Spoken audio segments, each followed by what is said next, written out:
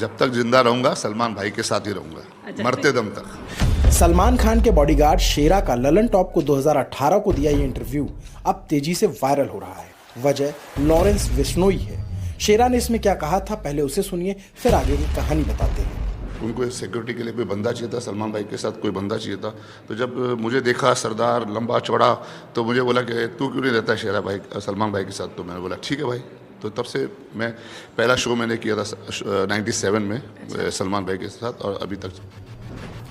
अलग अलग प्लेटफॉर्म पर अब शेरा का यही इंटरव्यू डालकर लोग लिख रहे हैं कि गैंगस्टर लॉरेंस बिश्नोई को शेरा का ये बयान सुन लेना चाहिए। दरअसल इसी महीने एबीपी न्यूज को जेल से दिए इंटरव्यू में लॉरेंस बिश्नोई ने सलमान खान को जान से मारने की धमकी दी थी। अब सलमान के फैन कह रहे हैं शेरा के रहते सलमान का कोई कुछ नहीं कर सकता।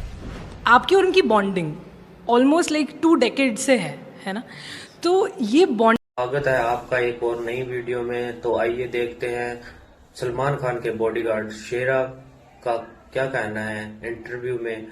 तो चलिए देखते हैं। इंटरव्यू में लॉरेंस बिश्नोई ने सलमान खान को जान से मारने की धमकी दी थी। अब सलमान के फैन कह रहे हैं शेरा के रहते सलमान का कोई कुछ नहीं कर सकता। आपकी और उनकी बॉन्डिंग ऑलमोस्ट लाइक 2 डेकेड से है ना, तो ये बॉन्डिंग जब पहली बार आप उनसे मिले, वो वाले टाइम में अगर आप हमें लेकर जाएं तो वो कैसे हुई थी, कहाँ हुई थी वो पहली मुलाकात और बॉन्डिंग शुरू? एक्चुअली पहली बार मैं सलमान भाई को मिला था विकफील्ड के शो पे। मैं विकफील्ड का शो कर रहा था, तभी विकफील्ड आई थी। I was taking care of Wickfield, जो सिंगर है हॉलीवुड की। तो तभी मेरी उनकी मुलाकात हुई थी, लेकिन बातचीत नहीं हुई थी ज़्यादा, खाली हेलो हाई हुआ था। उसके बाद दूसरी बार मैं क्यानो रीव्स के टाइम पे वो आए थे, तभी मैं सामने से जाके सलमान भाई से बात की थी मैंने। और उसके बाद फिर मुझे सोहेल भाई ने बुलाया था, उनको सिक्योरिटी के लिए कोई बंदा चाहिए था, सलमान भाई के साथ कोई बंदा चाहिए था। तो जब मुझे देखा सरदार लंबा चौड़ा, तो मुझे बोला कि तू क्यों नहीं रहता शेरा भाई सलमान भाई के साथ। तो मैंने बोला ठीक है भाई।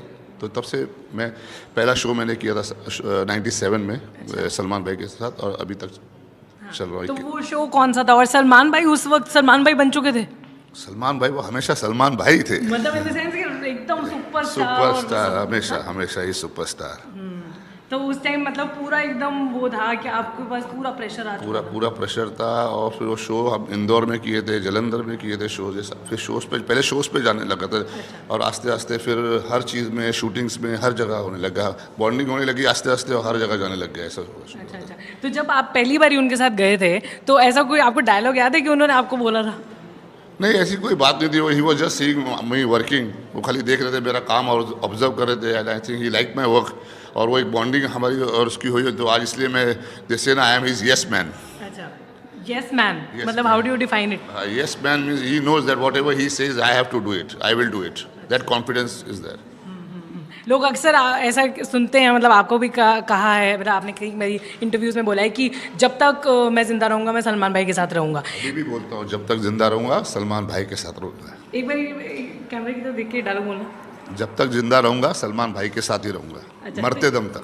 क्या बात है। तो ये वाला डायलॉग जब आपने रियलाइज़ किया, और ऑफ कोर्स सलमान भाई ने भी ये सोच लिया होगा कि जब तक शेरा है तब तक वो मेरा बॉडीगार्ड रहेगा। तो ये जैसे जनरली क्या होता है ना कि ऐसी बॉन्डिंग्स देखने को बहुत कम मिलती हैं।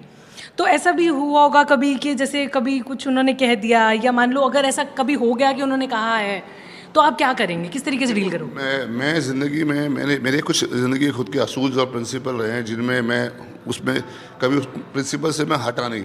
मैं अपनी लिमिट कभी क्रॉस नहीं की भाई के साथ। मैं सलमान भाई के साथ अपनी लिमिट नहीं क्रॉस की। मैंने वो स्पेस हमेशा रखा है हमेशा। तो इसलिए वो बॉन्डिंग रही हमारी साथ में आज तक के लिए।